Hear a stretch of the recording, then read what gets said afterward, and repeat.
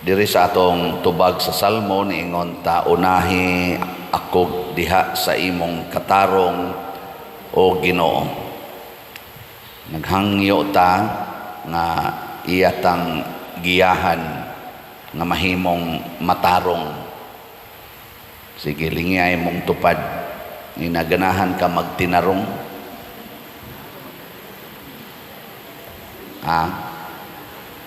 Daghan ra ba nato nga di sad ganahan magtinarong, kay nindot gyud ang yawa-yawa.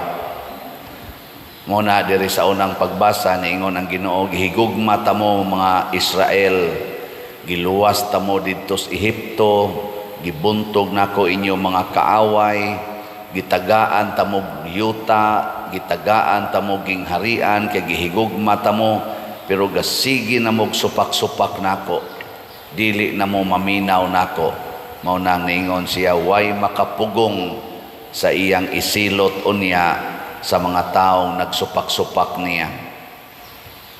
Laing to dingi sa imong tupad ing na dili ka silutanan.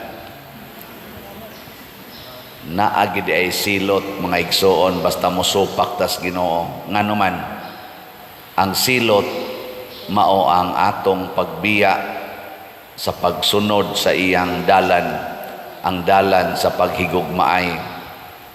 Muundang nagitag higugma ni supak na tas Ginoo, mao na siya silot.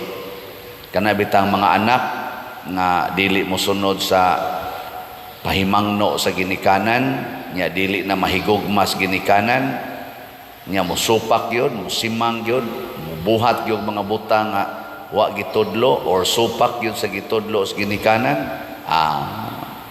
Ditso ginagka hitumpawak sa kadautan, nya mo balik na sila, maghilak-hilak, dawato na sa ginikanan, nya supak na sa adto na sa kahimtang alisod kayo. Pero anang ayaw pagsigduwa sa computer, pabuang yung computer, hangtod pagkadako-dako, ayaw yung apil anang mga bisyo, musuyop yun, ikapriso na, kung sa'yo buhaton, hilak dayon, tabang na sang ginikanan, kana silot na ginasiya. Bisag kamogod, bisag kita, suway rago nagsupak ang gisugo sa Ginoo, sama ang higugmaa ang imong kaaway, sige yung pangaway. Sige yung pangaway, tanaw na to unsa imong kinabuhi. Nindot bang kinabuhi sa mga taong palaaway? Katulong lingi sa imong tupad, nawa karoy giaway. Nawa kay giaway ron. Oy, kato ra bang kasagarang awayon kana sang suod sa tong kinabuhi. Mogi dali kay nimong singhagan, dali kay nimong yaw-yawan. Ay gyud kumpiyansa. Nya karon unsa may mahitabo kun mosunod tas Ginoo, dili ta maratol sa mga pagsulay o sa mga kanini ang gitawag na tog hulga sa kinabuhi. Di kita maratol, relax rata. Muna ang mga santos, labi na gid ang mga martyrs sa panahon nga sila sakit, giaway, gihulga sa kamatayon o gani gipatay gyud, relax ra gyud sila. Mao na si Kristo dinhi sa atong ebanghelyo, bisag kusog na kayo ang hangin, ang sakayan sudla nagbawod, natuog ra gyud siya. Pero ang mga tinun-an niya nga kuyog niya dito sa sakayan, 40 na yung taong maratula. Siyagit na sila sa kahadlok. O ila na ganing giingnan si Jesus, Ginoo, luwasak kami. Nagungaw na kita sa kamatayon. Ang tubag ni Jesus, nga nung nahadlok man mo, kagamay sa inyong pagtuo. Natin na ngutanan ako, padiron saon magyud pagbuntog ang yawa, nako ay padalas kahadlok.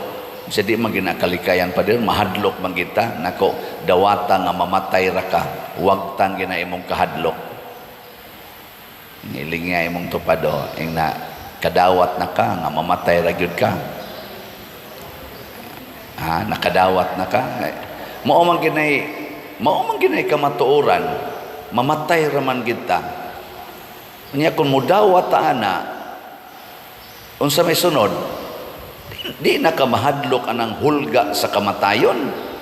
Nga naman, mamatay raman ta. Nga atong kamatayon, bisag unsa raman ay agian ana, na ay mamatay nga naghigda ra, na say mamatay nga naglakaw, na mamatay nga nagsakay, na say mamatay nga naglupad, na ay namatay nga naglangoy, di ba? Na ay namatay nga naglingkod ra gyud, na say namatay nga anang nagwali, na say nagmatay nga nagduwa ba? Nabdito sa siya namatay. Gahapon bitaw ang atong lektor diha hapit sad mamatay, amot buhi pa baturon naglektor, hapit mamatay ni kalit nag-collapse diha. Kanang inana ba mamatay ra gid ta, nasay namatay nga busog, nasay namatay nga way kaon, nasay namatay nga hubog, nasay namatay nga wa kainom.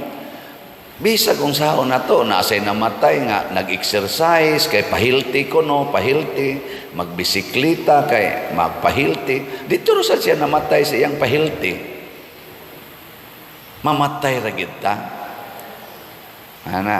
Nasay namatay nga nagkaon. Nagkaon ba?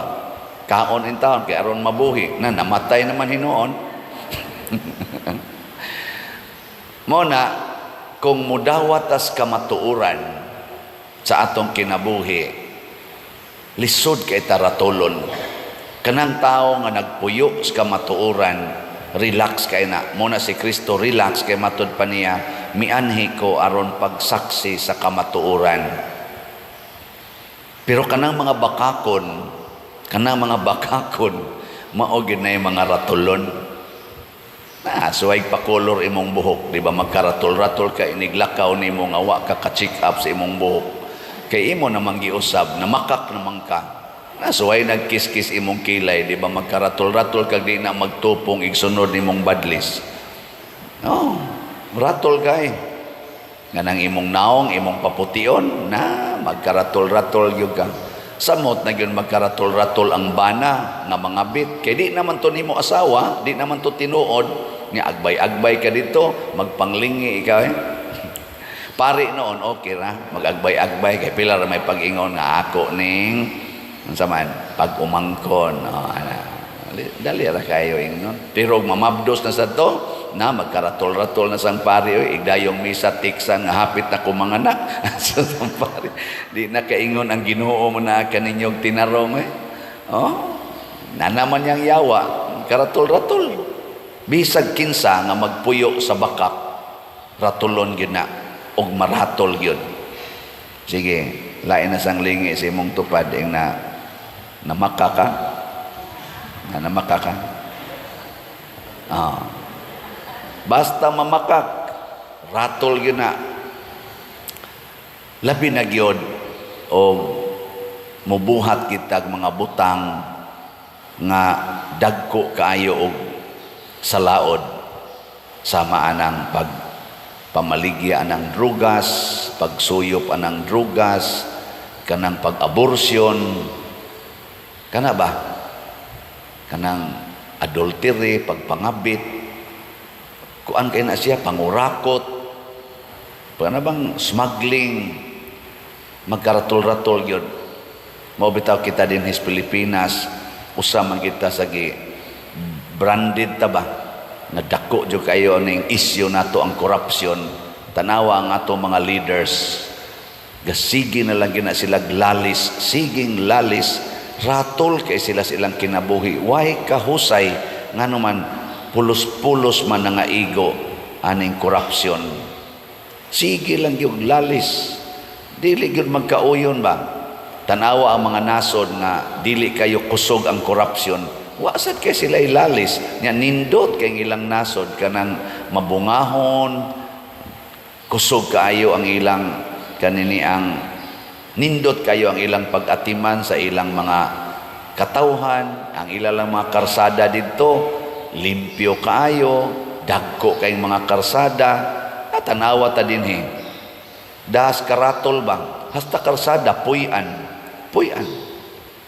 Ani, aram na din sa atong palibot, ambot, unsay buhaton anas atong mga barangay officials, ni ara na sa atong palibot. Siya na ang balay, butangan o trapal nga ripadong sa karsada, niya butangan dig mga galon, butangag lamisa, ni soda yung karsada. Mura nag ang karsada, ila nag yung balay. Nakuha yun sila kay baong karsada ni Dini. Niya nga to sa mga barangay officials, wasag yun kabadlong. Ato kanang tabang ato ibalhin dito sluyo, na ang kanang inyong lamisa, dito na lang nasluyo, dito na lang mo pangaon, ato ning agianan dinhi.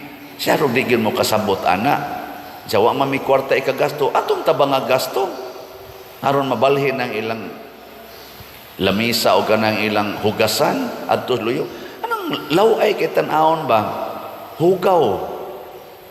Ratol ta. No? Nawa din adin hides palibot di ay. Kung ilara sige kung kaagi.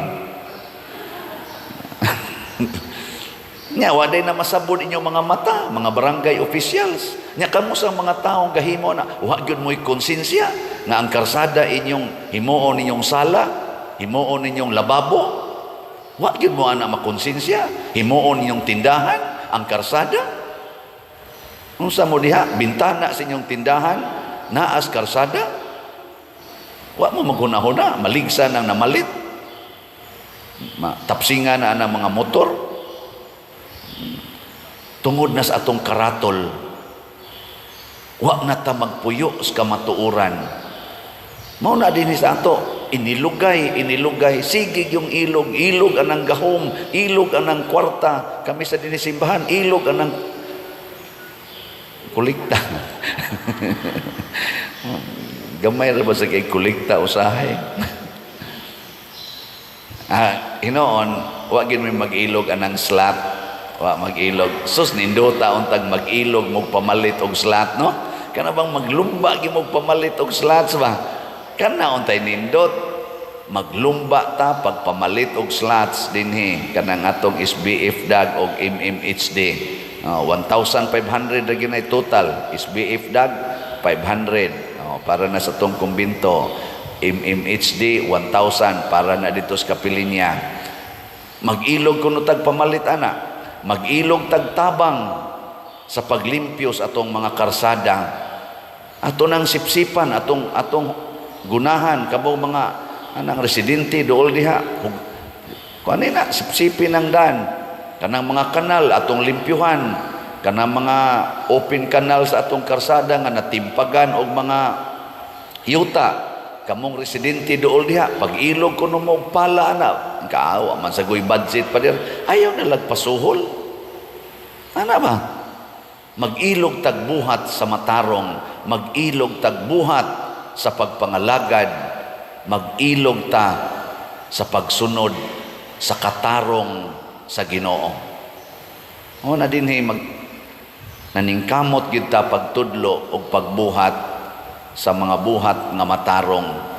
Nang nakita sa nato daghan man tang nagtinabangay labi na mong sigig pamalit og slots ang ato dinhing pastoral council, finance council o kining ato mga staff o kining ato mga barangay officials o ang ato mga chapel leaders nagkahiusa man gitag di man gid tahiusa kayo pero at least tinabangay kita mao nang nindot-nindot ning atong lugar. Mailhan ra man gina nato kung nagsunod tas katarong sa Ginoo kay nindot tan-aw ang atong gipuy-an ug ang atong mga binuhatan. Lingay mong tupad na nakatampo kas kanindot ron dinhi sa ato. Nakatampo ka. Ako lipay kay ko magtan-aw nga naatay mga nanimba dinhi tungod kay nakita nila nga limpyo kayo ang atong sulod ug sa gawa simbahan. Din agyod mulabay og mga sagbot ilagyong gunitan, isod silang bag, isod silang bulsa, ang mga wrapper sa ilang gikaon. Wa na ko kakita kay dinhi magbilin og mga mineral water nga bottle anay panagsara gyud kayo. Ngano man, napamagi-uban niya, mo ingon, Pader, pwede ra isod ang among sapatos sod simbahan. Ako, pwede kayo. Ihubuon yun niya. Ay, hubuan. Kung amang ko kay Pader, ganang maikog ta mo tunog, kay limpyo kayo. Naku, ayaw, maumbitan ng gilimpyuhan, aron inyong hugaw-hugawan. Mag-uol magkagrinhing mo sod, sapatos ka, nga na may tiglimpyo. Pero siguro alang sa tingali, ay nga dili kayo hugaw imong sapatos. Pero hugaw yun, kay perting uwana, ay sudin niyo eh. Di apte kausang nasuko kay ko dito ko seminaryo, kay ako may tiglimpyo sa CR. Di ko gusto nga ang CR na mo, public CR nga hugaw. Muna sigihan ako glimpyo. Nya naman sa giubang mga seminarista, love, hugaw-hugaw ra gyud ba? Lagot kay kustanan, igsurong, panasad, hugaw sa kayo. Maglagot ko ba? Nga na malandong ko nganong naglagot ko, murag giingnan ko sa Ginoo. Nganong ni aman ka sa CR nako manglimpyo. Nya nganong galagot man kag naay maghugaw-hugaw nga nahigugma makakas pagpanglimpyo. Paglipay kung naay hugaw kay ma-exercise nimo ang imong gugma sa paglimpyo. Ay nalipay day ko na sus maura man din ni solusyon. Sige hugaw pa more. Di ba? Nahigugma para ng pagpasaylo. Nahigugma ba ka sa pagpasaylo? Nahigugma ka wa? O nahigugma ka sa pagpasaylo, paglipay kung naay magsigig pakasaangan ha nimo, aron ma-exercise nimo ang pagpasaylo. Imong anak nagtinapulan, thank you Lord, niya nasa ko'y pasayloon karong adlawa. Ana, giinsultuhan ka sa imong bana, salamat Lord, ako na sa ning pasayloon. Giyaw-yawan ka sa imong asawa, salamat Lord, makapasaylo na sad ko karong adlaw. Ana ba? Nangabit imong asawa, salamat Lord, makapasaylo na jud ko kadaghan ani ron. Ana. Kay nahigugma man ka sa pagpasaylo, pero nahigugma ka sa imong kalagot, imo dayon ang gamiton ang kalagot, inikita nimong nasayop, singhag dayon ka. Kay ang imong gihigugma kalagot man, munang niingon ta, unahi kami Ginoo. Unsa to? Unahi kami Ginoo. Unahi ako diha sa imong katarong o Ginoo. Sige, katapusang lingi. Ina murag ang pagpalit yung slot mo ipinakatarong karon. Ina murag ang pagpalit yung slot mo ipinakatarong na torong buhaton. Ana nya unahig palit kay musunod ko nimo. Ana no? Ako sa din isip inyong parish priest, ning kamot yung ko nga mopalit yung kong slot kada semana. Mahibaw ana ninyo o dili, ako lang yun sa gipahibaw, tungod kay nga naman, nahibaw ko nga kung ako nang buhaton, doon naging musunod. Pero dili ganay kumubuhat ana, murag minus yung kay taghalin. Ana no? Nya kining tanan atong gibuhat, tungod sa dako na tong gugma sa simbahan, kadako na tong gugma ni San Vicente Ferrer mo ng SBF Dag, kadako sa atong gugma para ni Mama Mary, Our Lady of Fatima, dito sa atong bugtong replika dinhi sa Asia, 4th in the world, 1st in Asia, and here in the Philippines, in Cebu, in San Remigio. That is very kuang gyud no kana ganing proud kita ba nga naata ni anang maong Center for Prayer with Mama Mary sa Capilinia de Fatima. Nya naay gamay gastuhanan atong palitan og slot. Pila ra gud ng 1,000 atong ihatag. Pila ra gud ng 500 nga ihatag ninyo para ni San Vicente Ferrer aron mahitsas nato, makumpleto nato bayad ang atong mga bayronon. Gamay ra kay na nga mga butang gikan sa dako kayong mga bahandi nga gihatag sa Ginoo nato matag adlaw. So ang taong matarong kanunay magpaambit sa mga grasya nga iyang nadawat. Ang taong yawanon magsigig tigom sa mga grasya nga iyang nadawat. Muna matod pas Ginoo diri sa mga Israelita, ako mong giluwas, nya inyo nanong kong supak-supakon, ako mong silutan. Kadagko sa mga butang nga maayo nga akong gihatag ninyo, nya karon din ako ninyo paminawon, ako mong silutan. Manindog ta mga dili silutanan.